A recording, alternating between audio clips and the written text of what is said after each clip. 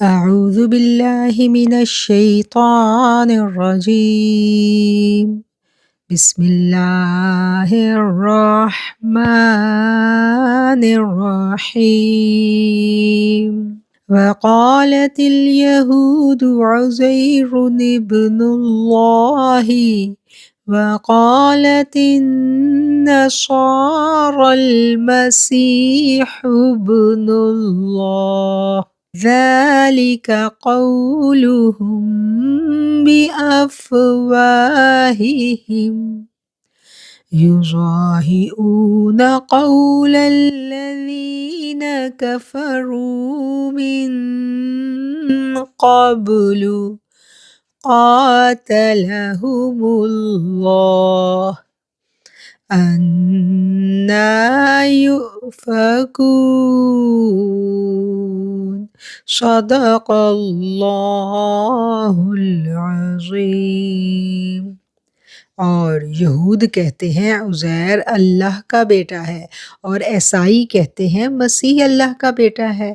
یہ ان کی منہ کی باتیں ہیں، وہ کافروں کی سی باتیں بنانے لگے ہیں جو اس سے پہلے گزرے ہیں۔ اللہ تعالیٰ انہیں ہلاک کرے، یہ کدھر الٹے جا رہے ہیں۔ آیت نمبر 30 سورہ توبہ ابھی آپ کے سامنے تلاوت کی گئی، اور اسی آیت سے آج انشاءاللہ ہم اپنے درس قرآن کا آغاز کرنے جا رہے ہیں، اس دعا کے ساتھ کہ اے اللہ ایک مرتبہ ہمارے دلوں کو قرآن کی جانب، دینداری کی جانب موڑ دینے کے بعد دوبارہ کجی اور گمراہی کی جانب مت موڑنا، ہمیں دین اسلام پر زندہ رکھنا اور ایمان کی بہترین حالت میں واپس بلانا۔ رب اشرح لی صدری ویسر لی امری واحلل عقدۃ من لسانی یفقہ قولی ربی زدنی علما ربی زدنی علما ربی زدنی علما آمین ثم آمین۔ سبحانک لا علم لنا الا ما علمتنا انک انت العلیم الحکیم۔ اللہم انی اسألک علما نافعا ورزقا طیبا وعملا متقبلا آمین ثم آمین۔ اللہم صل علی سیدنا و مولانا محمد معدن الجود والکرم منبع العلم والعلم والحلم والحکم وبارک وسلم۔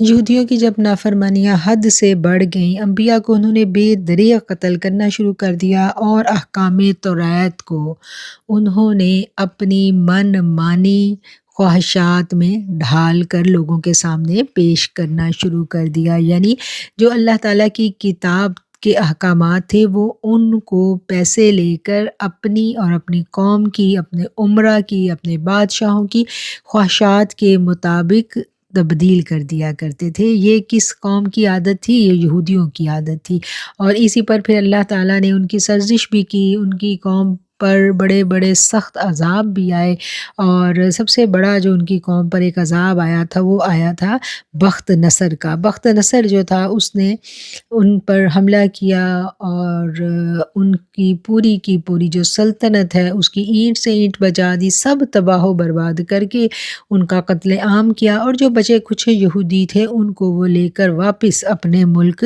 چلا گیا۔ اور اسی تباہی اور بربادی کے وقت میں جو حضرت موسیٰ علیہ السلام پر توریت کی تختیاں نازل کی گئی تھی وہ بھی کہیں گم ہو گئی، اور اب ان کے پاس توریت کا اصلی نسخہ کہیں بھی موجود نہیں تھا۔ ایسے میں حضرت عزیر علیہ السلام نے انہیں اپنی یادداشت کے زور پر پوری توریت کی املا کروا دی، پوری توریت انہیں لکھوا دی حضرت عزیر علیہ السلام نے۔ اور پھر کچھ عرصے کے بعد توریت کا نسخہ جو تھا وہ انہیں کچھ قدیم نسخہ جو تھا اصلی والا وہ ملا، تختیاں انہیں مل گئیں، اور انہوں نے جب ان تختیوں کے ساتھ حضرت عزیر علیہ السلام کی لکھی ہوئی توریت کو ملایا تو وہ سیم تھی۔ اس پر وہ بڑے حیران ہوئے، اور ان میں سے کچھ لوگوں نے، کچھ علماء نے یہ کہنا شروع کر دیا کہ توریت کی اتنی ایگزیکٹ جو رائٹنگ ہے وہ کوئی انسان تو لکھوا ہی نہیں سکتا تھا۔ یقیناً عزیر علیہ السلام جو ہے یہ کوئی بہت ماورائی شخصیت ہے، اور یہ پیغمبر صرف پیغمبر نہیں ہے، یہ رسول صرف رسول نہیں ہے بلکہ یہ خدا کا بیٹا ہے۔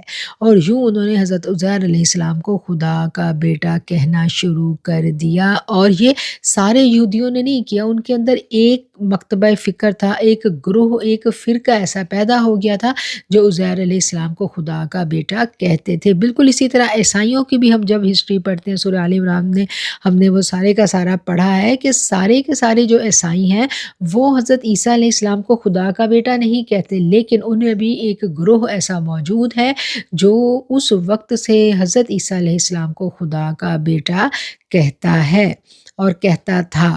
اور اس آیت میں انہی دو قوموں کی جانب اشارہ کیا گیا ہے اور کہا یہود نے کہ عزیر اللہ کا بیٹا ہے۔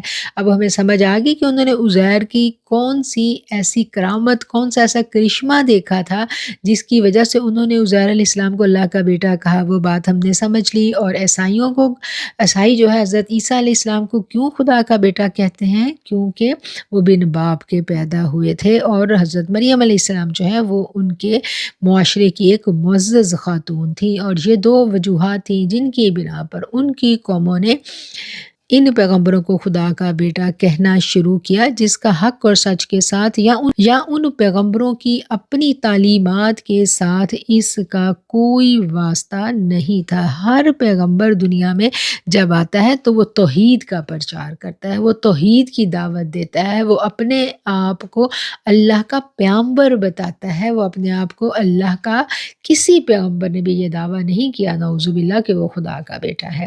تو یہ بات ہمیں بار بار یاد دہانی کے لیے اپنی میموری میں ریکال کر لینی چاہیے کہ کسی پیغمبر نے خود یہ دعویٰ نہیں کیا، یہ ان کے فالوور جو ہیں انہوں نے یہ ساری من گھڑت باتیں ان کی جانب منسوب کی ہیں۔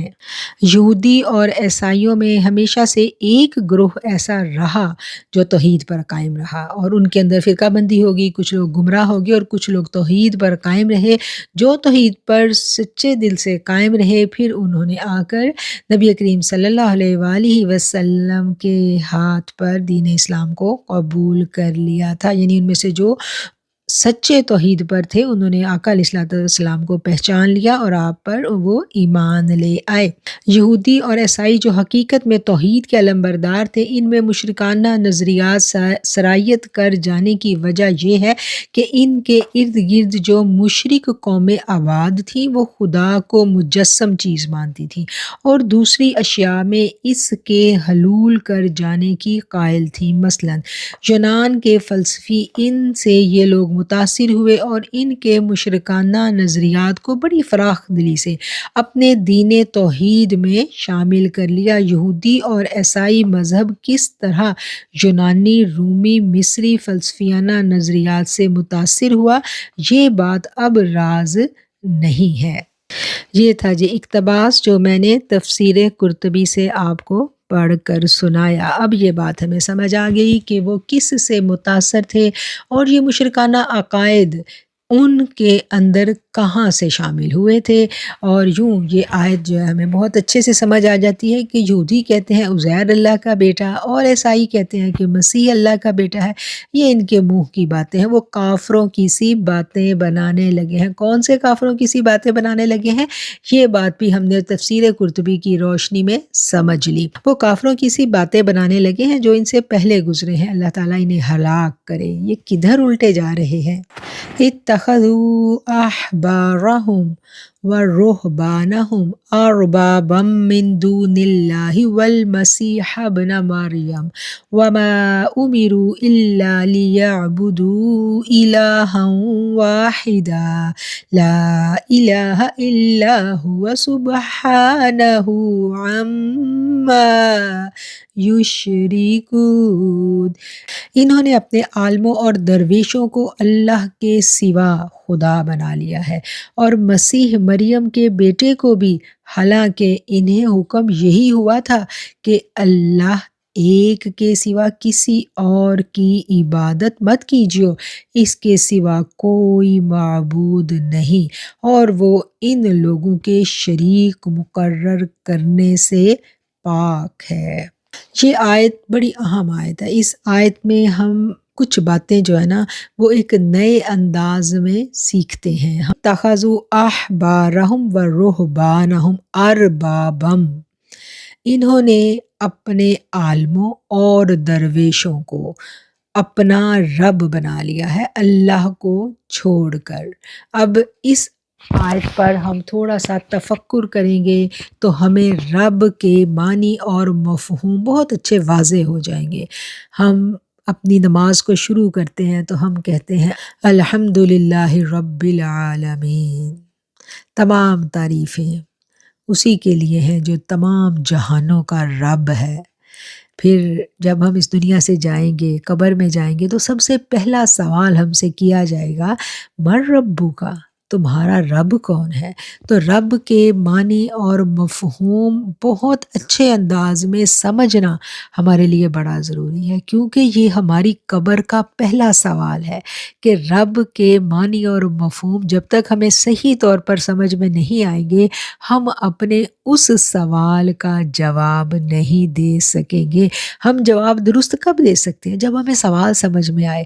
جب سوال ہی سمجھ میں نہیں آیا تو ہم جواب کیسے درست دیں گے؟ تو رب کا معنی اور مفہوم اپنی ساری وسعتوں سمیت ہمیں معلوم ہونا چاہیے. اور یوں یہ آیت نمبر 31 ایک انتہائی امپورٹنٹ آیت ہے جس میں رب کا مفہوم اور معنی ہم ایک نئے انداز میں آج سمجھیں گے. اتخذوا احبارہم و رہبانہم اربابا من دون اللہ، انہوں نے اپنے عالموں اور درویشوں کو اللہ کے سوا اپنا رب بنا لیا ہے. اربابم، اپنا رب بنا لیا. کس کو رب بنایا ہے؟ درویشوں کو اور اپنے عالموں کو. تو رب کا کیا معنی ہے؟ رب کے معنی اور مفہوم کو سمجھنا بڑا ضروری ہے، کیونکہ قبر کا پہلا سوال ہی یہ ہونا ہے کہ من ربو کا، تمہارا رب کون ہے؟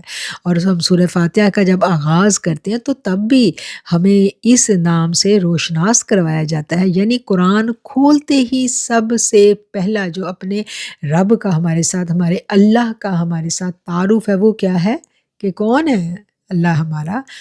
وہ اللہ ہے ہمارا جو سارے عالموں کا، سارے جہانوں کا رب ہے.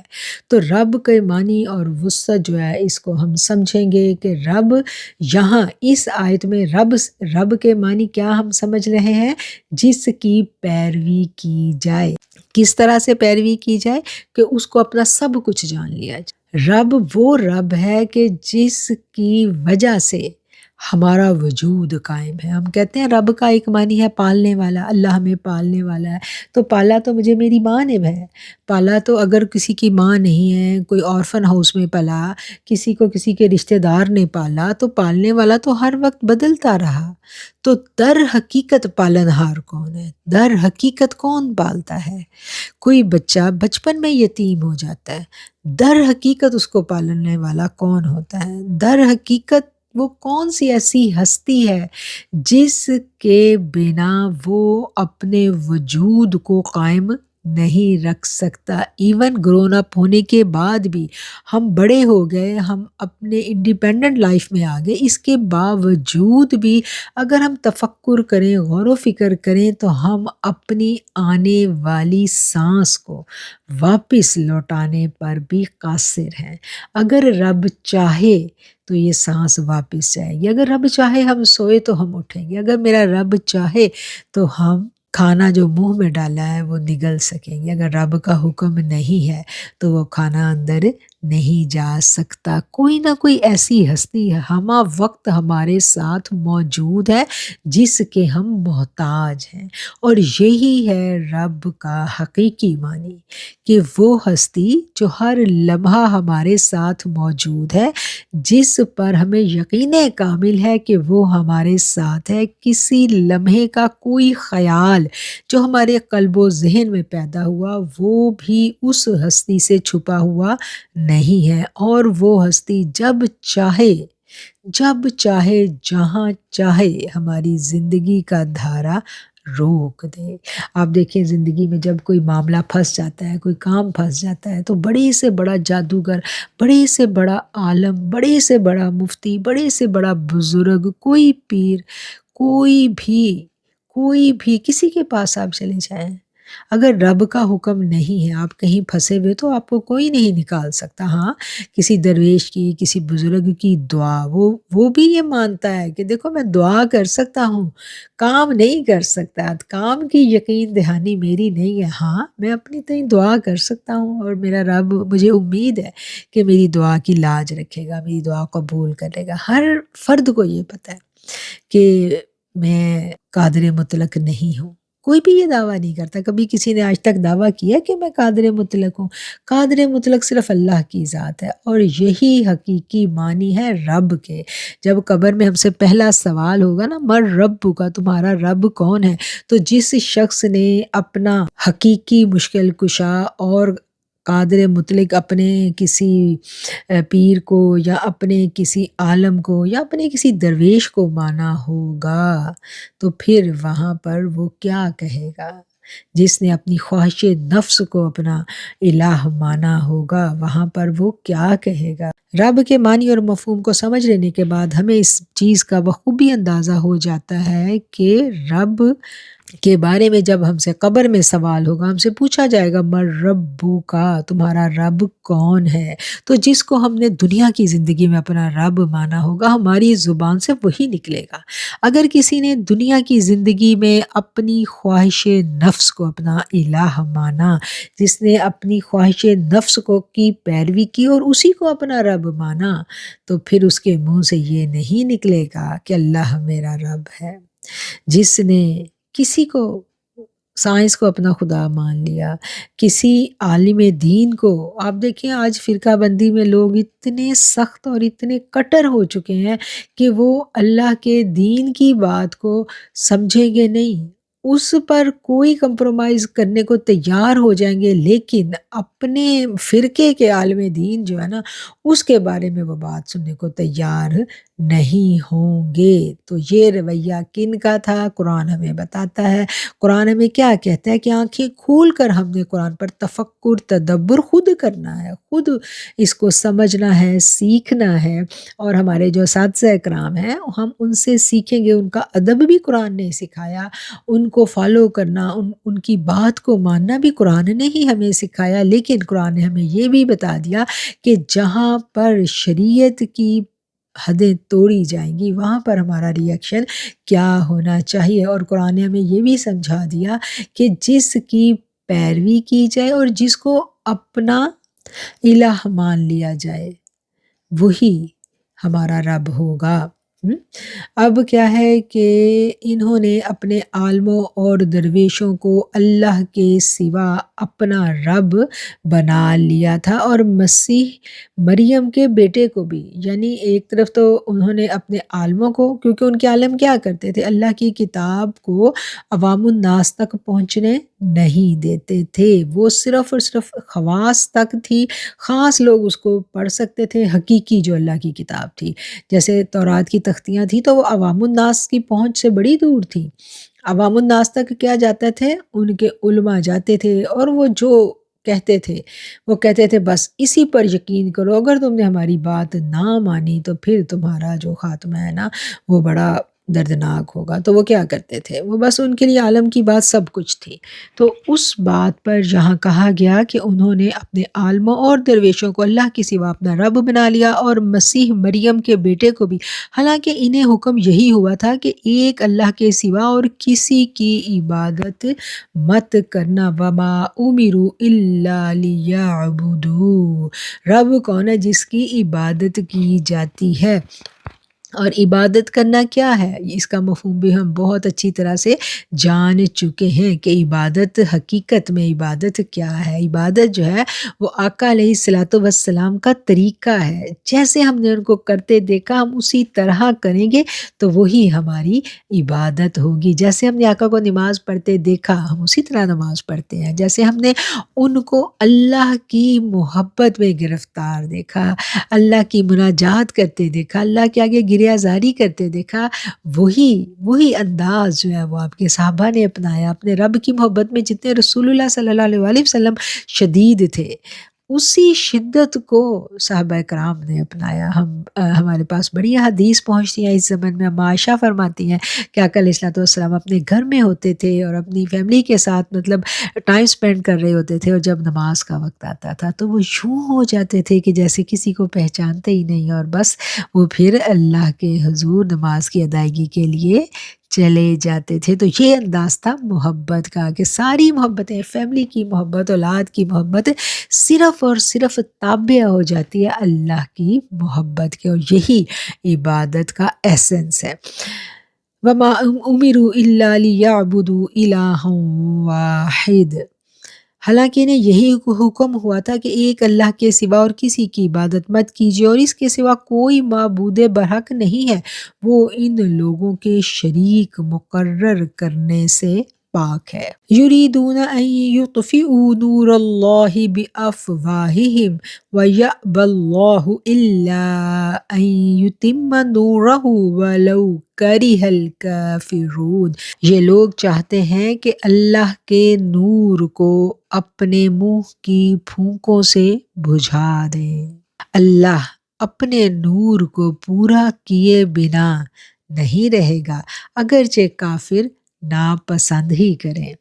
اللہ کا نور کیا ہے؟ اللہ کا نور اللہ کا پیغام ہے، اللہ کا نور اللہ کے نبیوں کے منہ سے نکلے ہوئے الفاظ ہیں، اور دشمن کی ازل سے یہی کوشش رہی ہے کہ جب جب کوئی نبی اللہ کا پیغام لے کر آیا، وہ اس کے جان کے در پہ ہو گئے کہ وہ کسی طرح اس پیغام کو ختم کر دیں۔ نہ صرف اس پیغام کے دشمن ہوئے بلکہ اللہ کہ اس نبی کی جان کے بھی دشمن ہو گئے۔ یہ پوری ہیومن ہسٹری میں جب جب نبی آئے، ہمیں یہ بات جو ہے نا وہ وہاں سے نظر آتی ہے کہ جب بھی کسی نبی نے اللہ کا پیغام پہنچانے کی، اللہ کا نور دنیا تک پہنچانے کی کوشش کی، لوگ اس کی جان کے دشمن ہو گئے، اور ان کی جو کوششیں ہیں اس کو کیا کہا گیا ہے؟ یہ ان کی پھونکیں ہیں۔ منہ کی جو پھونک ہے، آپ دیکھیں ایک بہت بڑی روشنی ہو، جیسے اب سورج ہے کتنا چمکدار اور روشن آسمانوں پر، اور کہاں ایک حقیر چھوٹا سا ننھا سا انسان وہ پھونک مارے اور سوچے کہ جیسے میں پھونک مار کے ایک چھوٹے سے چراغ کو بجھا سکتا ہوں، اسی طرح میں پھونک مار کے ایک سورج کو بجھا دوں تو وہ نہیں بجھا سکتا نا، بلکہ اس کی یہ خواہش ہی بیوقوف کرنا ہے۔ یہ اس کی جو خواہش ہے یہی بیوقوفی کی علامت ہے کہ ایسا تو ممکن ہی نہیں ہے۔ تو کہاں سورج اور کہاں میرا رب؟ ہر نبی اپنے ساتھ معجزات لے کے ظاہر ہوتا ہے، وہ معجزے دیکھ بھی لیتے ہیں، اور ان معجزوں کو دیکھ کر ان کو اندازہ بھی ہو جاتا ہے، پرانی اقوام کے قصے بھی ان کے سامنے موجود ہوتے ہیں، اس کے باوجود بھی وہ اپنی سازشوں سے باز نہیں آتے۔ اور ابتدائے اسلام سے لے کر آج تک اسلام کے اس چراغ کو بجھانے کی کتنی کوششیں کی گئیں۔ یہودیت، عیسائیت اور تمام دشمنان اسلام نے سر جوڑ جوڑ کر ہر دور میں اپنے نئے انداز میں اپنی پوری ذہانت کو بروئے کار، اپنے پورے وسائل کو بروئے کار لاتے ہوئے سازشیں بھی کی، کوششیں بھی کی، لیکن وہ آج دن تک کامیاب نہیں ہو سکے۔ هو الذی ارسل رسولہ بالہدی ودین الحق لیظہرہ علی الدین کلہ ولو کرہ المشرکون، اس نے اپنے رسول کو ہدایت اور سچا دین دے کر بھیجا ہے تاکہ اسے سب ادیان پر غالب کر دے، اور اگرچہ مشرک اسے ناپسند کریں۔ یہ ہے جی آیت نمبر 33، اور یہاں پر الحمدللہ ہمارا نصف پارہ مکمل ہو جاتا ہے۔ جب اللہ تعالیٰ کسی کام کا ارادہ کر لیتا ہے تو پھر اللہ اس کام کو کرنے پر قادر ہوتا ہے۔ اللہ نے اپنے رسولوں کو سچا دین دے کر بھیجا۔ نبی کریم صلی اللہ علیہ وآلہ وسلم تشریف لاتے ہیں وہ دین لے کر جس کو اب تمام پرانے ادیان پر اللہ نے غالب کرنا تھا، اور اللہ نے اس کو غالب کیا الحمدللہ۔ اور اللہ کیا کہہ رہا ہے کہ میں نے جب چاہا کہ میں اس کو سب ادیان پر غالب کر دوں تو پھر وَلَوْ كَرِهَ الْمُشْرِكُونَ، اگرچہ مشرکوں کو یہ برا ہی لگے، پھر اللہ کو اس سے کوئی فرق نہیں پڑتا، ان کو برا لگتا ہے تو لگے، جب اللہ نے ایک ارادہ کر لیا تو پھر اللہ اس کام کو حق اور سچ کر کے رہے گا۔ یا ایھا الذین آمنوا ان کثیرا من الاحبار والرہبان لا یأکلون اموال الناس بالباطل ویصدون عن سبیل اللہ والذین یکنزون الذہب والفضة ولا ينفقونها في سبیل اللہ فبشرهم بعذاب علیم۔ اے ایمان والو، بہت سے عالم اور فقیر، بہت سے پادری اور راہب، احباری و رہبانی، بہت سے پادری اور راہب کھاتے ہیں لوگوں کے مال کو ناجائز طریقے سے اور روکتے ہیں لوگوں کو اللہ کی راہ سے، اور جو لوگ جوڑ کر رکھتے ہیں سونا اور چاندی اور انہیں خرچ نہیں کرتے اللہ کی راہ میں، تو ان لوگوں کو خوشخبری سنا دیجئے دردناک عذاب کی۔ اس آیت میں بنی اسرائیل کے عالموں کی ایک اور بد خصلت کا ذکر کیا گیا ہے۔ وہ کیا تھا جی؟ وہ تھا لوگوں کا مال بٹورنا، ناجائز طریقوں سے طرح طرح کے ہیلے بہانے بنا کر وہ لوگوں کا مال لوٹا کرتے تھے۔ عیسائی مذہبی رہنماؤں کو قرون وسطیٰ میں جو تسلط اور اقتدار حاصل رہا، اس سے انہوں نے کس طرح ناجائز فائدہ اٹھایا اور کس بے دردی سے اپنے عقیدت مندوں کی دولت کو ہتھیایا، اس کی رداد بڑی دلچسپ اور بڑی المناک بھی ہے۔ کیتھولک فرقہ کا پوپ جنت کے ٹکٹ قیمتاً فروخت کیا کرتا تھا۔ اس کے نائب بھی بخشش گناہ کے پروانے لکھ کر دیا کرتے تھے اور خریدار اپنی مالی استطاعت کے مطابق اس کی قیمت ادا کیا کرتے تھے۔ بادشاہوں، شہزادوں، امراء اور وزراء قوم کے دولت مند طبقہ کی خاطر حلال کو حرام اور حرام کو حلال قرار دیا کرتے تھے۔ اسی طرح ان سے منہ مانگے نذرانے بھی وصول کیا کرتے تھے۔ یہ جنت کو فروخت کرنا اور لوگوں سے مال بٹورنے کے نت نئے طریقے ایجاد کرنا پرانے وقتوں میں بھی تھا اور آج بھی ہے۔ بے شک اکثر پادری اور راہب لوگوں کا مال کھاتے ہیں ناجائز طریقے سے اور لوگوں کو اللہ کی راہ سے روکتے ہیں۔ ناجائز طریقے سے جو مال کھانے والا ہے وہ اللہ کی راہ سے روکتا ہے۔ یہ بات قابل غور ہے کہ جہاں ناجائز طریقے سے پیسے کی لین دین شروع ہو گئی، وہاں پر کیا ہے؟ وہاں پھر آپ سمجھ لیں کہ راہ خدا سے آپ بھٹک چکے ہیں۔ بات کیا آئی ہے؟ ناجائز طریقے سے، جائز طریقہ اور ناجائز طریقہ، اس چیز کو سمجھ لیں۔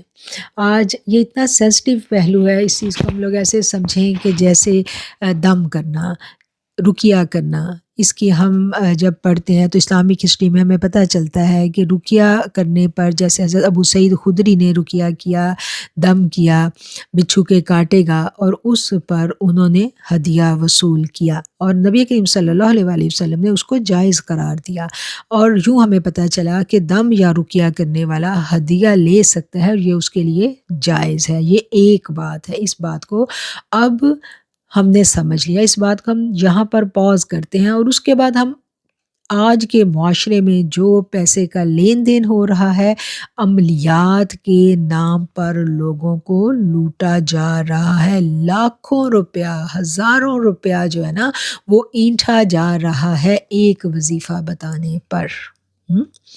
یہ کیا ہو رہا ہے؟ یہ کس زمرے میں آتا ہے مجھے بتائیں؟ جو مال لینے والا ہے، جو اپنی فیس لینے والا ہے، اس کو اپنا کانسیپٹ کلیئر ہوتا ہے، وہ کہتا ہے کہ بھی میں یہ آپ کا رقیہ کرتا ہوں اور اس کا میں اتنا آپ سے ہدیہ لوں گا، ایک بات طے ہو گئی، اور اس کے بعد اس کو یہ پتہ ہے کہ میں آپ کا یہ رقیہ کر رہا ہوں، شفا آپ کو اللہ نے دینی ہے، ہم آپ کے لیے دعا کرتے ہیں، اور یہ رقیہ اور یہ وقت میں نے آپ کے لیے سپینڈ کیا اور یہ میرے پاس اس کا استدلال ہے، اور یوں اس کو اسلامی جو شریعت ہے اس میں جائز قرار دیا گیا، اور یوں یہ مال میرے لیے حلال ہے، یہ کرنے والے کو پتہ ہوتا ہے اور وہ بتاتا بھی ہے۔ لیکن اب اس بات کو ناجائز انداز میں کس طرح سے استعمال کیا جاتا ہے، اس چیز کو ہم تھوڑا سا سمجھ لیں گے، کیونکہ آج یہ پہلو جو ہے نا ہمارے معاشرے میں بہت زیادہ جڑ پکڑ چکا ہے۔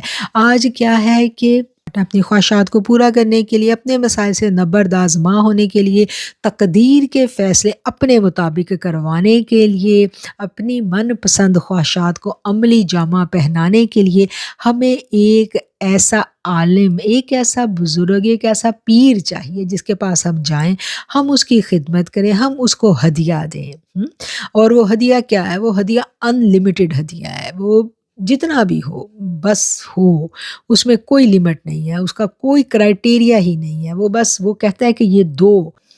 اسلام کے جتنے بھی اصول ہیں وہ فطرت کے منافی نہیں ہیں۔ اسلام کا نمائندہ اپنے آپ کو کہہ کر معاشرے میں انٹروڈیوس کروانے والا شخص جو ہے نا، وہ کوئی بھی ایسا عمل کرتا ہمیں دکھائی نہیں دیتا جو خلاف فطرت ہو۔ میں فطرت کا اصول اور قانون آپ کو بتا رہی ہوں۔ فطرت کیا کہتی ہے؟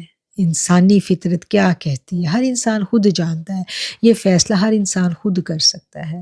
تو ان باتوں کو قرآن کی روشنی میں ہم جب سمجھیں گے تو ایک واضح صورت جو ہے نا ہمارے سامنے ابھر کے آ جائے گی کہ اللہ کے دین کا سچا علمبردار کون ہے، بالکل واضح صورت ہو جاتی ہے۔ اور وہ جو راہب اور پادری تھے وہ اپنے آپ کو سچا علمبردار کہتے تھے۔ تو یہ ساری کی ساری باتیں جو ہے نا یہ ہمیں سمجھ آ جانی چاہیے کہ کہاں پر مال ناجائز طریقے سے استعمال کر کے اللہ کی راہ سے کیسے روکا جاتا ہے۔ بہت امپورٹنٹ پوائنٹ ہے، اور اس پوائنٹ کو ہم نے اپنی زاد راہ کی ٹوکری میں رکھنا ہے کہ اللہ کی راہ سے مال خرچ کر کے کیسے کوئی روک رہا ہے، اور ہم مال دے بھی رہے ہیں اور غلط کا ساتھ دے رہے ہیں۔ اس باریک فرق کو ہمیں واضح انداز میں سوچ سمجھ کر تفکر کرنے کے بعد اس اسلام کے قانون کو ہم نے فالو کرنا ہے انشاءاللہ۔ اچھا جی، اب آیت کا جو اگلا پارٹ ہے وہ بھی بڑا امپورٹنٹ ہے۔ جو لوگ جوڑ کر رکھتے ہیں، والذین یکنزون، جو لوگ جوڑ کر رکھتے ہیں چاندی اور سونا، ذہب والفضہ، سونا اور چاندی جوڑ کر رکھتے ہیں اور خرچ نہیں کرتے اللہ کی راہ میں، تو ان کے لیے دردناک عذاب ہے۔ اب ہم دیکھیں گے کہ یکنزون میں کون سا سونا چاندی آ رہا ہے جس کو جوڑ کر رکھنے میں عذاب کی وعید سنائی جا رہی ہے۔ اچھا، یہاں ایک اور بات بھی سوچ لیں کہ سونا چاندی سے مراد محض زیورات یہاں نہیں ہے، کیونکہ پرانے زمانے میں جو سکے تھے، قیمتی سکے، اشرفیاں وغیرہ، وہ بھی سونے اور چاندی کی ہوا کرتی تھیں، اور منی جو ہے نا، اس کا جو ریئل منی ہے، اس کا تصور آج بھی سونا چاندی ہی کی اصل مالیت پر ہوتا ہے۔ ٹھیک ہے، یہ بات ہم نے سمجھ لی کہ سونا چاندی سے مراد محض زیورات نہیں ہے، اس سے مراد وہ تمام مال، وہ تمام ہماری سیونگ ہے جو ہم نے جوڑ کر رکھی ہوئی ہے، چاہے وہ کرنسی نوٹوں کی صورت میں ہو، اور اگر وہ پیسہ ہم نے جوڑ کر رکھا ہوا ہے تو وہ ہمارے لیے عذاب کا باعث کیسے بن سکتا ہے؟ کس کس مال پر اس یکنزون کا اطلاق ہوتا ہے؟ حضرت ابن عمر رضی اللہ تعالیٰ عنہ سے مروی ہے کہ جس مال کی زکوٰۃ ادا کر دی گئی ہو وہ کنز میں نہیں آتا، یعنی وہ جو یکنزون کا یہاں لفظ آیا ہے نا کہ جس کے اوپر عذاب کی وعید ہے، وہ مال جس کی زکوٰۃ ادا کر دی گئی وہ اس زمرے میں نہیں آتا، اگرچہ وہ 7 زمینوں کے نیچے مدفون ہو، اور جس کی زکوٰۃ ادا نہ کی جائے خواہ وہ ظاہری کیوں نہ ہو وہ اسی زمرے میں آئے گا۔ اب سمجھ آ گئی کہ یہ کون سا مال ہے جو ہمارے لیے دردناک عذاب کی وعید ہے؟ وہ مال جس پر زکوٰۃ ادا نہیں کی جائے گی، اور زکوٰۃ کس پر ادا کی جاتی ہے؟ جو ہماری سیونگ ہے، سال بھر ہمارے پاس پیسہ پڑا رہا، چاہے وہ کرنسی کی فارم میں ہے یا سونے چاندی کی فارم میں، اس پر زکوٰۃ ہم پر لاگو ہو گئی، اور وہ زکوٰۃ اگر ہم ادا نہیں کریں گے تو وہی مال ہمارے لیے دردناک عذاب کا باعث بن جائے گا۔ آیت ہے جی 34، جہاں پر ایک اہم قانون ہم نے سیکھ لیا۔ یوم یحمى علیہا فی نار جہنم فتکوی بہا جباہہم وجنوبہم وظہورہم ھذا ما کنزتم لانفسکم فذوقوا ما کنتم تکنزون۔ جس دن وہ دوزخ کی آگ میں گرم کیا جائے گا اور پھر اس سے ان کی پیشانیاں اور پہلو اور پیٹھیں داغی جائیں گی۔ یہ وہی ہے جو تم نے اپنے لیے جمع کیا تھا، سو اس کا مزہ چکھو جو تم جمع کرتے تھے۔ اللہم اجرنا من النار۔ استغفر اللہ ربی، استغفر اللہ۔ یہاں وہ مال جس کی زکوٰۃ ادا نہیں کی جائے گی، کس طرح سے وہی مال پھر اللہ تعالیٰ دوزخ کی آگ میں اس کو تپا کر جمع کرنے والے کو اسی مال سے پھر عذاب دیا جائے گا، اور وہ عذاب کی جو صورت یہاں بیان کی جا رہی ہے کہ اس کو گرم کیا جائے گا، تپایا جائے گا جہنم کی آگ میں، اور پھر داغی جائیں گی۔ فَتُقْوَى بِهَا جِبَاهُهُمْ وَجُنُوبُهُمْ وَظُهُورُهُمْ، ان کی پیشانیاں، ان کے پہلو اور ان کی پشتیں۔ اللہم اجرنا من النار۔ آمین ثم آمین۔ اللہ کریم ہمیں صحیح معنوں میں زکوٰۃ ادا کرنے والا بنا دے۔ آمین ثم آمین۔ ان عدت الشہور عند اللہ 12 شہرا فی کتاب اللہ یوم خلق السماوات والارض منها 4 حرم ذلك الدین القیم فلا تظلموا فیہن انفسکم وقاتلوا المشرکین کافۃ کما یقاتلونکم کافۃ وَاعْلَمُوا أَنَّ اللَّهَ مَعَ الْمُتَّقِينَ۔ بے شک اللہ کے ہاں مہینوں کی گنتی 12 مہینے ہیں۔ اللہ کی کتاب میں جس دن سے اللہ تعالیٰ نے زمین و آسمان کو پیدا کیا ہے، ان میں سے 4 مہینے حرمت والے ہیں۔ یہی سیدھا دین ہے، سو ان میں اپنے اوپر ظلم مت کیجیے اور تم سب مشرکین سے لڑو جیسے وہ تم سے لڑتے ہیں، اور جان لو کہ اللہ پرہیزگاروں کے ساتھ ہے۔ اس آیت میں پتہ چل گیا کہ مہینوں کی تعداد ہمیشہ سے 12 ہی ہے، اور یہ اللہ کی جانب سے مقرر کی ہوئی تعداد ہے، اور ان 12 مہینوں میں 4 مہینے جو ہے نا وہ حرمت والے ہیں، جن میں اس زمانے میں بھی اللہ تعالیٰ نے قتال کرنا، لڑائی جھگڑا کرنا منع فرمایا تھا۔ حرمت والے مہینوں کا بھی اللہ تعالیٰ نے واضح فرما دیا کہ یہ وہ مہینے ہیں جن میں لڑائی جھگڑا منع ہے۔ انما النسیء فی زیادۃ فی الکفر یضل به الذین کفروا یحلونہ عاما ویحرمونہ عاما لیواطئوا عدۃ ما حرم اللہ فیحلوا ما حرم اللہ زین لہم سوء اعمالہم واللہ لا یہدی القوم الکافرین۔ یہ مہینوں کا ہٹا دینا کفر میں اور ترقی ہے۔ حرمت والے مہینوں کو ہٹا دینا اور اضافہ کرنا کفر میں گمراہ کیے جاتے ہیں۔ اس سے وہ لوگ جو کافر ہیں حلال کر دیتے ہیں ایک ماہ کو 1 سال، اور حرام کر دیتے ہیں اسی سال کو دوسرے سال، تاکہ گنتی کو پورا کر لیں ان حرام مہینوں کی جنہیں حرام کیا ہے اللہ نے، تاکہ اس بہانہ سے حلال کریں جسے حرام کیا ہے اللہ تعالیٰ نے، تاکہ اس کو ہیلے بہانے سے حلال کر لیں جس کو اللہ نے حرام کیا ہے۔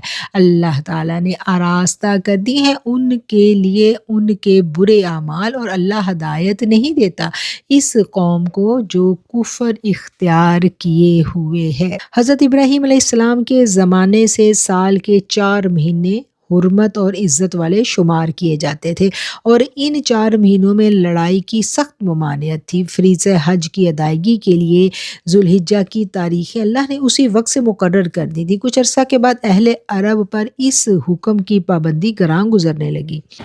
ان کا پیشہ جو تھا وہ لوٹ مار بن چکا تھا، اور 3 مہینے تک متواتر وہ ہاتھ پر ہاتھ دھرے بیٹھے رہنا نہیں چاہتے تھے۔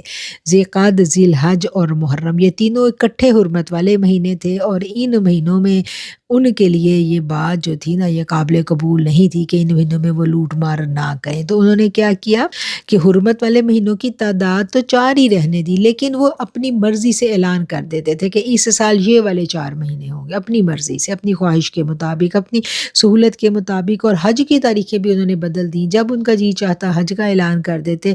مقصد کیا تھا؟ اپنی ذاتی تجارت، ذاتی غرض و غایت اور اپنی خواہشات نفس، اس کے لیے وہ یہ سب کچھ کر رہے تھے۔ اور اللہ کہتا ہے شیطان نے ان کو ان کے عمل آراستہ کر کے دکھا دیا، یعنی شیطان ان کو سمجھاتا تھا کہ دیکھو اللہ نے جو حلال حرام کیا اس کو تم اپنی مرضی کے مطابق ڈھال لو تو تمہیں زیادہ فائدہ ہوگا۔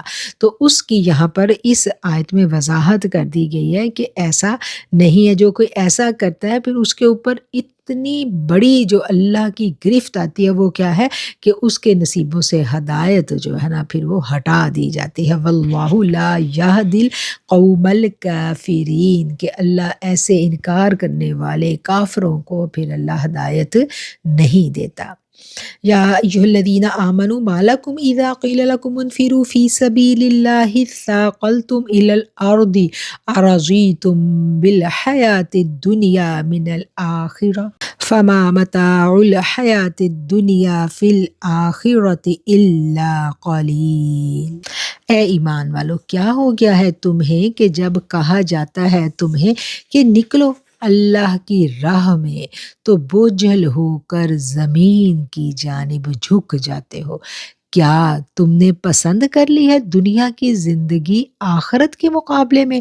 سو نہیں ہے سر و سامان دنیاوی زندگی کا آخرت میں مگر بہت تھوڑا سا۔ فما متاع الحیات الدنیا فی الآخرۃ الا قلیل۔ ان آیات کو سمجھنے کے لیے ہم ان آیات کے شان نزول کی جانب چلتے ہیں۔ فتح مکہ کے بعد مسلمان طائف اور حنین گئے، وہاں سے فراغت پانے کے بعد ابھی مسلمان واپس مدینہ شریف پہنچے تھے تو اطلاع ملی کہ کیسر روم جو ہے نا ایک بہت بڑا لشکر تیار کر رہا ہے، اور ان کا مقصد کیا ہے کہ وہ مدینہ طیبہ پر چڑھائی کا ارادہ رکھتے ہیں تاکہ اسلام کی اس ابھرتی ہوئی روشنی کا، ابھرتی ہوئی قوت کا مکمل طور پر قلع کما کر دیا جائے، کیونکہ یہود و نصارہ جو تھے وہ ساری کی ساری خبریں ان کو پہنچا رہے تھے۔ ان کے ایجنٹ جو تھے نا، بڑی بڑی سلطنتوں کے جو ہمدرد تھے وہ یہاں جزیرہ نما عرب میں موجود تھے، اور پے در پہ مسلمانوں کی فتوحات سے ان کا ماتھا ٹھنکا۔ انہوں نے جا کر وہاں قیصر روم کے گوش گزار کیا کہ یہ ایک قوت اتنی تیزی سے ابھر رہی ہے کہ بڑی بڑی قبائل کی قوتیں مل کر بھی اس قوت کا مقابلہ نہیں کر پا رہی، اور وہ قوت جو ہے وہ ابھرتی چلی جا رہی ہے۔ تو اس قوت کو اگر آپ لوگوں نے ختم نہ کیا تو پھر آپ کی سلطنتیں بھی اس سے بچ نہیں سکیں گی۔ یہ کیسر و کسریٰ، شام، روم، یہ بڑی بڑی سلطنتیں تھیں اس زمانے میں، بڑی سپر پاورز تھیں۔ جب ان کو یہ پتہ چلا تو انہوں نے تیاریاں شروع کر دیں کہ اب ہم اس قوت کو کچل کر رکھ دیں گے۔ جب مسلمانوں کو یہ اطلاع ملی کہ کیسر روم جو ہے وہ ایک بہت بڑا لشکر تیار کر رہا ہے مسلمانوں کے خاتمے کے لیے، مسلمانوں کے ساتھ جنگ کے لیے، نبی کریم صلی اللہ علیہ وآلہ وسلم نے اپنے صحابہ اکرام کے ساتھ میٹنگ کی، اور یہ فیصلہ کیا گیا کہ بجائے اس کے کہ وہ لوگ یہاں آئیں مدینہ طیبہ پر چڑھائی شروع کریں، مسلمان خود تیاری کر کے گھروں سے نکل پڑیں اور جا کے ان کا مقابلہ جواں مردی کے ساتھ کیا جائے۔ یہ موسم جو تھا نا یہ گرمیوں کا موسم تھا، یہ وہ وقت تھا جب مسلمان ابھی ابھی جنگیں لڑنے کے بعد واپس اپنے گھر مدینہ آئے تھے، اور مدینہ کا جو موسم تھا وہ موسم تھا گرمیوں کا موسم، اور وہاں پر کھجوریں پک کر تیار ہو چکی تھی، اور کھجوروں کے بڑے بڑے باغات تھے، اور کھجوروں پر ہی مدینہ کی جو پوری تجارت ہے اس کا انحصار تھا۔ اور اتنی طویل مسافت طے کرنے کے بعد ابھی لوگ سستا ستا بھی نہیں پائے تھے، سکون بھی نہیں لے پائے تھے، تو نئی جنگ کی تیاری کا حکم۔ تو یہ جو وقت تھا یہ امتحان آ گیا مسلمانوں پر، اور مسلمانوں میں سے جو وفادار ساتھی تھے اور جو نفاق والے دل تھے، ایک دفعہ پھر ان کی چھلنی لگ گئی۔ اللہ تعالیٰ جو ہے نا ان کو پھر مسلمانوں سے الگ کرنا چاہ رہا ہے۔ اور کیا ہے کہ جب فیصلہ کر لیا گیا مسجد نبوی میں اس چیز کا کہ مسلمان خود مدینہ سے جا کر ان کا مقابلہ کریں گے، اعلان کیا گیا، تو منافقین کا جو گروہ تھا اس کا رد عمل فوراً سامنے آ گیا، اور وہ آرام کرنا چاہ رہے تھے، وہ ساتھ جانا نہیں چاہ رہے تھے، وہ اس جنگ کے لیے تیار ہی نہیں تھے۔ ذہنی طور پر نہ صرف خود جانا چاہ رہے تھے بلکہ لوگوں میں بھی وہ وسوسے اور بدگمانیاں پھیلانی شروع ہو گئے۔ اور یہی وہ وقت تھا جب یہ والی آیات جو ہے نا یہ نازل ہوتی ہیں، اور ان میں ایمان والوں کو مخاطب کر کے کیا کہا جا رہا ہے کہ یہ جو دنیاوی زندگی ہے اس کو تم فوقیت دو گے۔ دنیاوی زندگی کو کیسے فوقیت دے رہے تھے؟ کیونکہ ان کی جو فصلیں تھیں وہ تیار کھڑی تھیں، وہ ان فصلوں سے اپنا مال کمانا چاہ رہے تھے، پھل پک کر تیار ہو چکا تھا۔ جو کسان ہے یہ اسی کو پتہ ہے نا کہ جب اس کی فصل پک کر تیار ہو تو پھر اس کی پورے سال کی جو محنت ہے نا وہ بٹورنے کا ٹائم ہوتا ہے۔ ایک طرف ان کے پکے ہوئے باغات تھے اور دوسری طرف اللہ کا حکم۔ تو اسی چیز کو یہاں اس آیت میں بیان کیا گیا ہے کہ اے ایمان والو کیا ہو گیا ہے تمہیں کہ جب کہا جاتا ہے کہ اللہ کی راہ میں نکلو تو بوجھل ہو کر زمین کی جانب جھک جاتے ہو۔ بوجھل ہو کر جھک جانا ہم نے سمجھ لیا کہ وہ اس سے پہلو تہی کر رہے تھے، اور کیا تم نے پسند کر لیا ہے دنیا کی زندگی کو آخرت کے مقابلے میں؟ سو نہیں ہے دنیاوی زندگی کا ساز و سامان آخرت کے مقابلے میں مگر بہت ہی قلیل۔ إِلَّا تَنْفِرُوا يُعَذِّبْكُمْ عَذَابًا أَلِيمًا وَيَسْتَبْدِلْ قَوْمًا غَيْرَكُمْ وَلَا تَضُرُّوهُ شَيْئًا وَاللَّهُ عَلَى كُلِّ شَيْءٍ قَدِيرٌ۔ اگر تم نہیں نکلو گے تو اللہ تمہیں دردناک عذاب میں مبتلا کرے گا اور تمہاری جگہ اور لوگ پیدا کر لے گا، اور تم اسے کوئی نقصان نہیں پہنچا سکو گے، اور اللہ ہر چیز پر قدرت رکھنے والا ہے۔ اب راہ خدا میں جب نکلنے کا حکم آن پہنچا، نبی کریم صلی اللہ علیہ وسلم نے منادی کرا دی کہ تیاری کرو نکلو، تو ایسے میں جن لوگوں نے انکار کیا ان کے انکار پر اللہ کا غضب اس آیت میں ہمیں نظر آ رہا ہے۔ میرا رب فرما رہا ہے کہ اگر تم نہیں نکلو گے تو اللہ تمہیں عذاب دے گا، دردناک عذاب، اور بدل کر لے آئے گا کوئی دوسری قوم تمہارے علاوہ۔ یعنی اس بات سے ہمیں کیا سمجھ آ رہی ہے کہ جب اللہ تعالیٰ کسی کام کا ارادہ کر لیتا ہے تو پھر اللہ اس کو کر گزرتا ہے، پھر اللہ کے لیے بندے کا اقرار اور انکار کوئی اہمیت نہیں رکھتا۔ جب اللہ نے کوئی کام کروانا ہے، اگر ایک بندہ اس کام کو کرنے سے انکار کرتا ہے تو اللہ دوسرے بندے لے آتا ہے۔ تو یہ قرآن کا فیصلہ ہے کہ جب حکم اللہ کا آ گیا، اللہ کے نبی صلی اللہ علیہ وسلم نے اعلان کر دیا، اور خدمات کے لیے جنہوں نے اپنے آپ کو پیش نہیں کیا، تو پھر اللہ نے کیا کہا؟ اللہ نے کہا تمہارے لیے تو دردناک عذاب کی وعید ہے، اور ایسا نہیں ہے کہ اگر تم ساتھ نہیں دو گے تو کام رک جائے گا، کام ہوگا، اللہ نئے بندے لے آئے گا، بدل کر لے آئے گا۔ وَيَسْتَبْدِلْ قَوْمًا غَيْرَكُمْ، اور بدل کر لے آئے گا کوئی دوسری قوم تمہارے علاوہ، اور تم نہیں بگاڑ سکو گے اس کا کچھ بھی۔ کس کا کچھ نہیں بگاڑ سکتے؟ اللہ کا کوئی کچھ نہیں بگاڑ سکتا۔ وہ جس کو چاہے جہاں چاہے فائز کر دے، مرتبہ مقام دینا، عزت اور ذلت دینا، سب اسی کے قبضہ قدرت میں ہے، اور وہ ہر چیز پر قادر ہے۔ إِلَّا تَنْصُرُوهُ فَقَدْ نَصَرَهُ اللَّهُ إِذْ أَخْرَجَهُ الَّذِينَ كَفَرُوا ثَانِيَ اثْنَيْنِ إِذْ هُمَا فِي الْغَارِ إِذْ يَقُولُ لِصَاحِبِهِ لَا تَحْزَنْ إِنَّ اللَّهَ مَعَنَا فَأَنزَلَ اللَّهُ سَكِينَتَهُ عَلَيْهِ وَأَيَّدَهُ بِجُنُودٍ لَّمْ تَرَوْهَا وَجَعَلَ كَلِمَةَ الَّذِينَ كَفَرُوا السُّفْلَىٰ وَكَلِمَةُ اللَّهِ هِيَ الْعُلْيَا وَاللَّهُ عَزِيزٌ حَكِيمٌ۔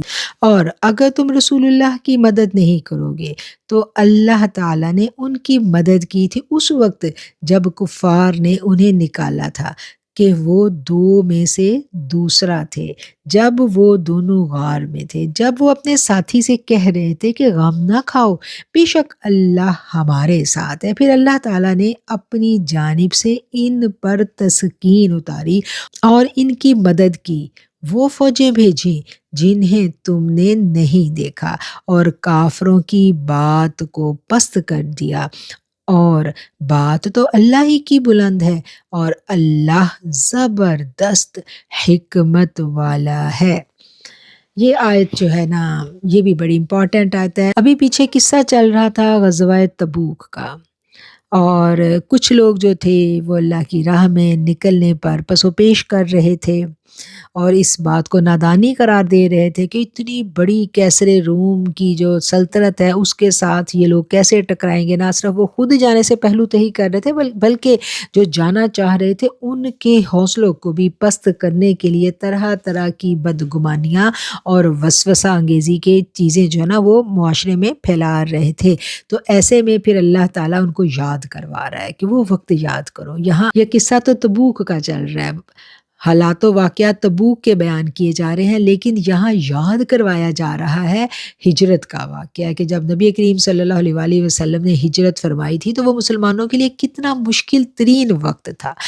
کفار مکہ سارے اکٹھے ہو کر اپنی تمام تر توانائیوں کے ساتھ آقا علیہ الصلوۃ والسلام کی جان اقدس کے در پہ ہو گئے تھے۔ کس طرح انہوں نے پوری پلاننگ کر لی تھی اسے شمع رسالت کو گل کرنے کے لیے، انتظامات مکمل کر لیے تھے۔ تمام قبیلوں میں سے انہوں نے اپنے بہادر جوانوں کو منتخب کیا، پورا ایک گروہ جو ہے وہ آقا علیہ الصلوۃ والسلام کے گھر کے باہر جمع ہو گیا تھا کہ آج وہ یہ کام کر گزریں گے۔ لیکن اس وقت میرے رب کو کچھ اور ہی منظور تھا۔ میرے رب نے حکم دے دیا کہ ہجرت کے لیے نکل پڑے، اور اسی رات پھر کس طرح آقا علیہ الصلوۃ والسلام جو ہے سیدنا ابوبکر صدیق کے ہمراہ ہجرت کے سفر پر روانہ ہو جاتے ہیں۔ ہجرت کا سفر جو ہے یہ ایک مشکل ترین وقت تھا مسلمانوں کے لیے۔ آقا علیہ الصلوۃ والسلام اپنی پیاری بیٹی، ننھی بیٹی فاطمہ سیدہ کائنات کو گھر پہ چھوڑ کے جا رہے ہیں، اپنے بستر پر سیدنا علی ابن طالب کو سلا کر جا رہے ہیں کہ لوگوں کی امانتیں ان کے حوالے کر دینا۔ اس مشکل وقت میں بھی میرے آقا کو اپنے دشمن کی امانتوں کی کتنی فکر تھی، ان سب کی امانتوں کی فکر جو آپ ہی کی جان کے دشمن ہو رہے تھے، اور آپ وہاں سے روانہ ہوتے ہیں کیونکہ میرے رب کا حکم تھا۔ اب یہاں اس وقت لوگ جو پسو پیش کر رہے تھے نا کہ ہم کیسے نکلیں، تو اللہ تعالیٰ ان کو یاد کروا رہا ہے کہ وہ مشکل وقت تھا جب میرے حکم کی تعبیل میں میرا یہ محبوب پیغمبر گھر سے نکلا، جب پورا معاشرہ اس کی جان کے در پہ تھا، تو میں نے کیسے اس کی حفاظت کی، کیسے غار ثور میں ان کو ٹھہرانے کا انتظام کیا گیا، اور کیسے غار ثور میں جو گفتگو ہوئی حضرت سیدنا ابوبکر صدیق کے ساتھ آقا علیہ الصلوۃ والسلام کی، اس گفتگو کا یہاں پر ذکر کیا گیا، کیسے آپ نے وہاں قیام کیا، کیسے وہاں پر آپ کے طعام کا بندوبست کیا گیا، آپ کو تازہ دودھ پہنچایا جاتا تھا، کھانا پہنچایا جاتا تھا۔ وہ ہجرت کا سفر، وہ سارے کا سارا واقعہ ان مشکل حالات میں سے کیسے پھولوں کی طرح میرے آقا علیہ الصلوۃ والسلام کو، سیدنا ابوبکر صدیق کو اللہ تعالیٰ نے اس سے گزارا، اور کیسا شاندار استقبال جو ہے پھر مدینہ منورہ میں آپ کا ہوتا ہے۔ یہ سب کچھ آپ کو کیسے ملا؟ اللہ کی فرما برداری پر لبیک کہتے ہوئے میرے آقا علیہ الصلوۃ والسلام اپنے مرتبے کی بلندی کی منازل طے کرتے چلے جا رہے ہیں، اور وہی بات اللہ تعالیٰ یہاں امتیوں کو، انسانوں کو، ایمان والوں کو، اہل مکہ اور اہل مدینہ کو سکھلا رہے ہیں کہ دیکھو آج تم نبی کا ساتھ دینے کے لیے پہلو تہی کر رہے ہو اور اپنی عقل کے گھوڑے دوڑا رہے ہو۔ عقل کے گھوڑے جب دوڑتے ہیں تو پھر ایمان کہیں پیچھے رہ جاتا ہے۔ تو عشق پر ایمان کی بنیاد رکھ، تو ایمان کی بنیاد جو نا وہ عشق پر رکھی جاتی ہے۔ تو یہ آیت یہاں پر جو بیان کی گئی، اس ماحول میں یہاں جو بیان کیا جا رہا ہے، اس کی اہمیت کو ہم نے سمجھ لینا ہے، اور یقیناً اللہ ہی سب سے بلند ہے، اور اسی کا حکم بلند ہے، اسی کے فیصلے بلند ہیں، وہی جو چاہتا ہے پھر وہ کر گزرتا ہے۔ انفروا خفافا وثقالا وجاهدوا بأموالكم وأنفسكم في سبيل الله ذلكم خير لكم إن كنتم تعلمون۔ تم ہلکے ہو یا بوجھل، نکلو اپنے مالوں اور جانوں سے اللہ کی راہ میں لڑو، یہی تمہارے حق میں بہتر ہے اگر تم جانتے ہو۔ لو كان عرضا قريبا وسفرا قاصدا لاتبعوك ولكن بعدت عليهم الشقة وسيحلفون بالله لو استطعنا لخرجنا معكم يهلكون أنفسهم والله يعلم إنهم لكاذبون۔ اگر وہ مال نزدیک ہوتا یا سفر آسان تو ضرور پیچھے چلتے آپ کے، لیکن دور معلوم ہوتی تھی انہیں مسافت، اور ابھی قسم کھائیں گے اللہ کی اور کہیں گے اگر ہم میں طاقت ہوتی تو ہم ضرور نکلتے آپ کے ساتھ۔ ہلاک کر رہے ہیں اپنے آپ کو اور اللہ جانتا ہے وہ قطعاً جھوٹے ہیں۔ اب یہ غزوہ تبوک کا ذکر ہے، اور تبوک جو تھا وہ مدینہ منورہ سے بہت دور کی مسافت تھی، طویل مسافت تھی، اور دشمن بھی بڑا طاقتور تھا۔ اسی لیے منافقین جو ہے وہ اپنی معذوری کو بیان کر رہے ہیں اور قسمیں اٹھا اٹھا کر معذرت کر رہے تھے، جس کا یہاں پر بیان کیا جا رہا ہے۔ اور اللہ تعالیٰ جانتا ہے کہ یہ لوگ جھوٹے ہیں۔ ان کا پردہ جو ہے نا اللہ قرآن میں ساتھ کے ساتھ فاش کر رہا ہے، وہ آ کے اپنی توجیحات پیش کر رہے ہیں، اور اللہ تعالیٰ بتا رہا ہے کہ یہ لوگ جھوٹے ہیں۔ اگر دشمن بھی قریب ہوتا اور ہلکا ہوتا اور ان کو پتہ ہوتا کہ بڑا مال غنیمت ہمارے ہاتھ لگنا ہے، تو پھر یہ کبھی بھی کوئی پس و پیش نہ کرتے اور نکل پڑتے، چونکہ منزل بھی دور ہے اور دشمن بھی طاقتور ہے، فتح کے چانسز انہیں عقل کے ساتھ دیکھیں تو کم نظر آ رہے ہیں، تو اس لیے یہ پس و پیش سے کام لے رہے ہیں۔ لو كان عرضا قريبا وسفرا قاصدا لاتبعوك ولكن بعدت عليهم الشقة وسيحلفون بالله لو استطعنا لخرجنا معكم يهلكون أنفسهم والله يعلم إنهم لكاذبون۔ اگر مال نزدیک ہوتا اور سفر ہلکا ہوتا تو وہ ضرور آپ کے ساتھ ہو لیتے، لیکن انہیں مسافت لمبی نظر آئی، اور اب اللہ کی قسمیں کھائیں گے کہ اگر ہم سے ہو سکتا تو ہم آپ کے ساتھ ضرور چلتے، اپنی جانوں کو ہلاک کر لیتے۔ اللہ تعالیٰ جانتا ہے کہ وہ جھوٹے ہیں۔ یہاں منافقین کی جو کارسازدادیاں تھیں وہ یہاں اللہ تعالیٰ کھول کر بیان کر رہے ہیں۔ عفا اللہ عنک لما اذنت لهم حتی يتبین لك الذین صدقوا وتعلم الكاذبین۔ اللہ تعالیٰ نے آپ سے درگزر فرما دیا کہ آپ نے انہیں رخصت کیوں دی، یہاں تک کہ آپ کے لیے سچے ظاہر ہو جاتے اور آپ جھوٹوں کو بھی پہچان لیتے۔ جب جنگ کی تیاریاں ہو رہی تھیں، سب صحابہ جو تھے وہ جنگ کی تیاریوں میں مشغول تھے، تو ایسے میں منافقین نبی کریم صلی اللہ علیہ وسلم کی خدمت میں حاضر ہوتے اور طرح طرح کے عذر پیش کرتے، اور میرے آقا اپنی کریم النفسی کے باعث ان کے عذر قبول کر لیتے۔ وہ اپنے بہانے بنا کر پیش کرتے اور کہتے ہمیں پیچھے رہ جانے کی اجازت دے دیجئے، تو میرے آقا جو ہیں ان کو اجازت دے دیتے۔ اسی بات کی طرف یہاں ان آیات میں اللہ تعالیٰ نے اشارہ کیا ہے کہ آپ نے جو انہیں اجازت دی، اگر آپ ان کو اجازت نہ دیتے تو پھر آپ ان کے جھوٹ اور فریب کو پہچان لیتے۔ لا یستأذنک الذین یؤمنون باللہ والیوم الآخر ان یجاہدوا باموالہم وانفسہم واللہ علیم بالمتقین۔ جو اللہ پر اور آخرت کے دن پر ایمان لاتے ہیں وہ آپ سے رخصت نہیں مانگتے اس سے کہ اپنے مالوں اور اپنی جانوں سے جہاد کریں، اور اللہ پرہیزگاروں کو خوب جانتا ہے۔ ایمان والوں کی صفت بیان کی گئی کہ جو ایمان والا ہے وہ رخصت نہیں مانگتا، چاہے کتنی بھی مشکل حالات ہوں۔ ایمان والے ہر وقت اپنی مال و جان کے ساتھ آقا علیہ الصلوۃ والسلام کے سامنے پیش رہتے تھے۔ انما یستأذنک الذین لا یؤمنون باللہ والیوم الآخر وارتابت قلوبہم فہم فی ریبہم یترددون۔ آپ سے وہی رخصت مانگتے ہیں جو اللہ پر اور آخرت کے دن پر ایمان نہیں رکھتے اور ان کے دل شک میں پڑے ہوئے عنہ ہیں، سو وہ اپنے شک میں بھٹک رہے ہیں۔ وَلَوْ أَرَادُوا الْخُرُوجَ لَأَعَدُّوا لَهُ عُدَّةً وَلَكِنْ كَرِهَ اللَّهُ بِعَاثَهُمْ فَثَبَّطَهُمْ وَقِيلَ اقْعُدُوا مَعَ الْقَاعِدِينَ۔ اور اگر وہ نکلنا چاہتے تو اس کے لیے کوئی سامان ضرور تیار کرتے، لیکن اللہ نے ان کا اٹھنا پسند نہیں کیا، سو انہیں روک دیا اور حکم ہوا کہ بیٹھنے والوں کے ساتھ بیٹھے رہو۔ اب وہ جو طرح طرح کے بہانے بنا کر پیچھے بیٹھے تھے نا، تو اللہ کہہ رہا ہے کہ اللہ نے پسند ہی نہیں کیا، تمہیں توفیق ہی نہیں دی کہ تم ساتھ جاؤ۔ اگر اللہ کی طرف سے تمہاری منظوری ہوتی تو تمہیں توفیق مل جاتی، تمہاری چونکہ نیتوں میں کھوٹ تھا، اور اللہ کے ہاں تو فیصلہ نیت پر ہوتا ہے، جس کی نیت اچھی ہے پھر اس کو نیک کام کی توفیق بھی مل جاتی ہے۔ ہم کہتے ہیں نا ہم نے فلاں جو نیکی کا کام تھا، ہائے ہم نے تو بڑی مشکل سے بچ گئے، وہ لوگ تو بہت ہم سے یہ نیکی کا کام کروانے کے در پہ تھے، لیکن ہم نے نہیں کیا، ہم بچ کے نکل آئے اور بڑی ہم خوشیاں منا رہے ہوتے ہیں۔ ایسے لوگ ہمیں آج بھی ملتے ہیں نا، کوئی نیکی کا کام کرنے کا کہا گیا تو وہ وہاں سے کھسک لیتے ہیں، کوئی بہانہ بنا دیں گے کہ بھئی میرے تو گھر میں یہ مسئلہ ہے، میرے تو بچوں کا مسئلہ ہے، شوہر کا مسئلہ، بھاگ کھڑے ہوں گے۔ تو یہ نہیں سوچتے کہ ہم بھاگے ہیں یا اللہ نے توفیق ہی نہیں دی۔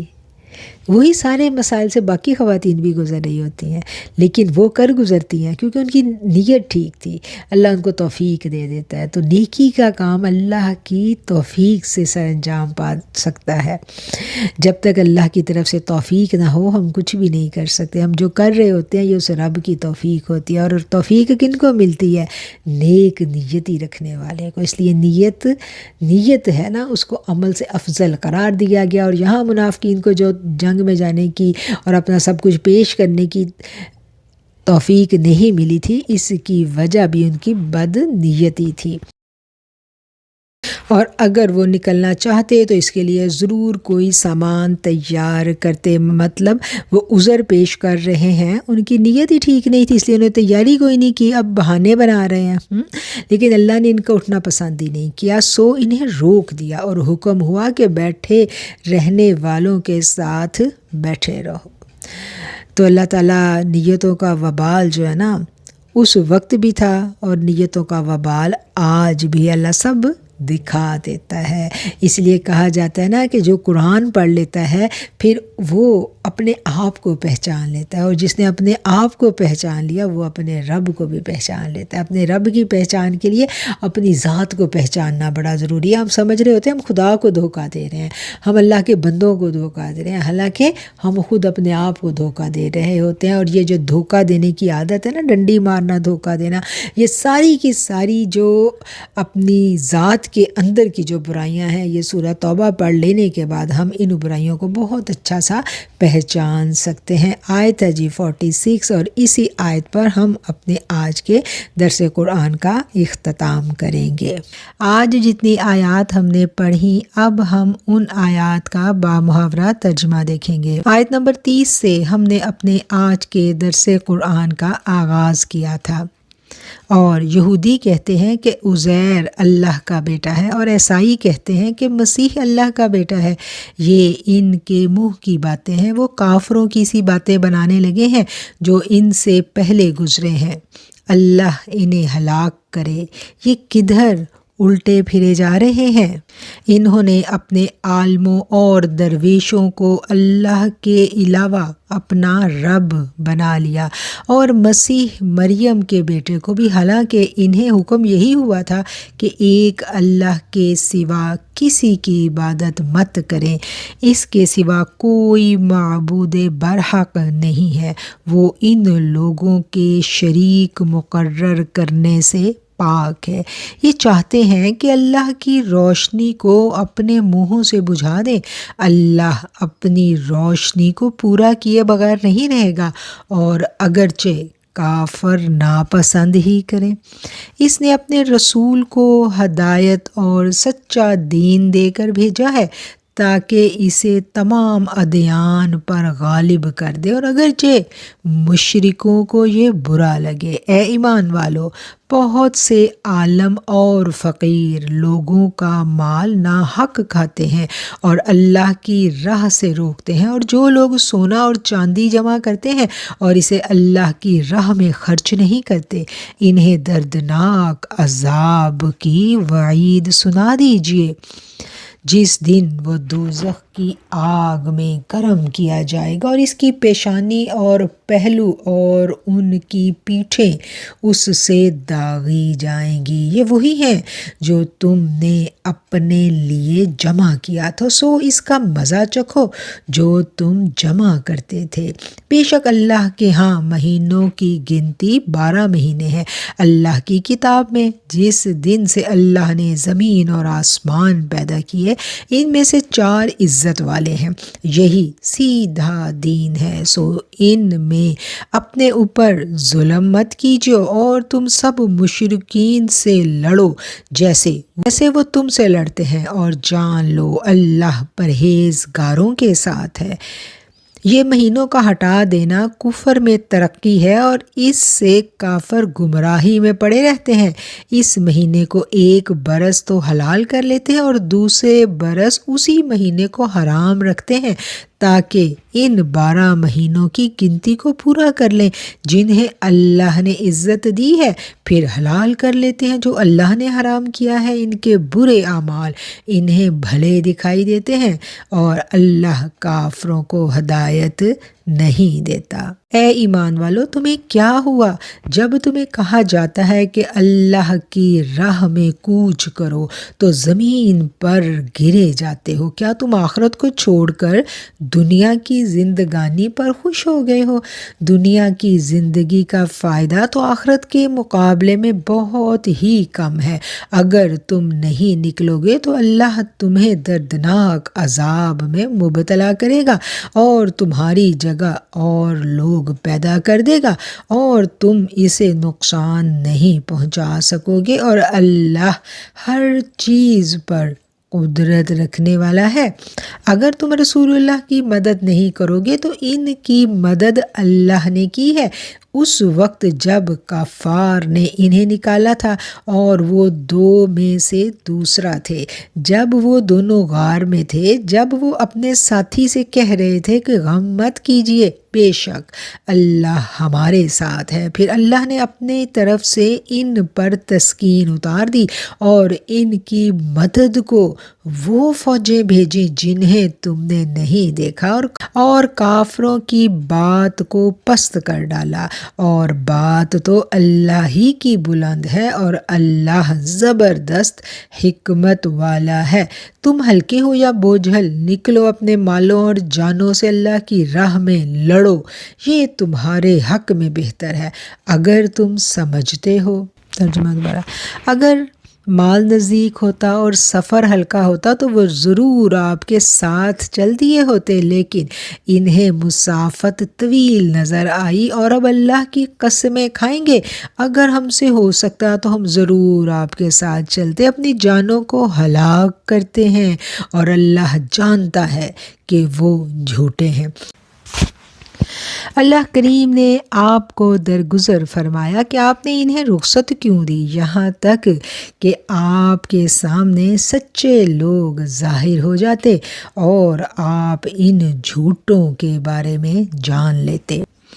جو لوگ اللہ پر اور آخرت کے دن پر ایمان لاتے ہیں اور وہ آپ سے رخصت نہیں مانگتے اس سے کہ اپنے مالوں اور جانوں سے جہاد کریں، اور اللہ پرہیزگاروں کو خوب جانتا ہے۔ آپ سے رخصت وہی لوگ مانگتے ہیں جو اللہ پر اور آخرت کے دن پر ایمان نہیں رکھتے اور ان کے دل میں شک کا روگ ہے، سو وہ اپنے شک میں ہی بھٹک رہے ہیں۔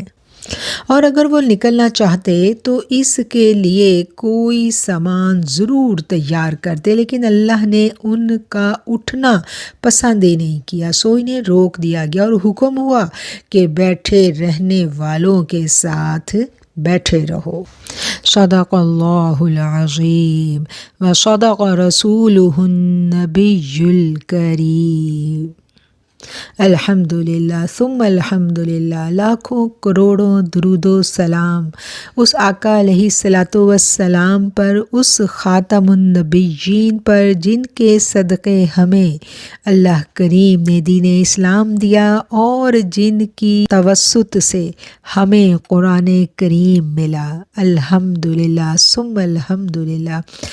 اللہ کریم جتنا پڑھا اس کو سمجھنے، سمجھانے اور عمل میں اتارنے کی ہمیں ہمت اور توفیق عطا فرمائے، اور پڑھنے میں، پڑھانے میں، بیان کرنے میں کہیں کوئی غلطی رہ گئی تو میرا مالک ہمیں درگزر فرما دے۔ آمین ثم آمین۔ وآخر الدعوانا ان الحمد للہ رب العالمین۔